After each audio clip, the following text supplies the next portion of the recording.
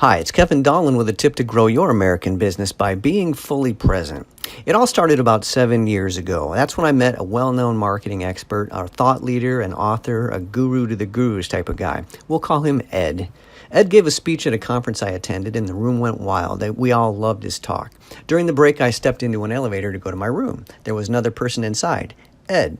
As the door closed, I had about 30 seconds for a very literal elevator pitch before we reached our floors. But I didn't talk about me. Instead, I simply told Ed that I loved his talk, told him why, and asked him a few pointed questions. After we reached our floor, we struck up a nice conversation for about 2 minutes. A few weeks later, Ed referred a new client to me. I did very good work, so Ed referred another client, and another, and another.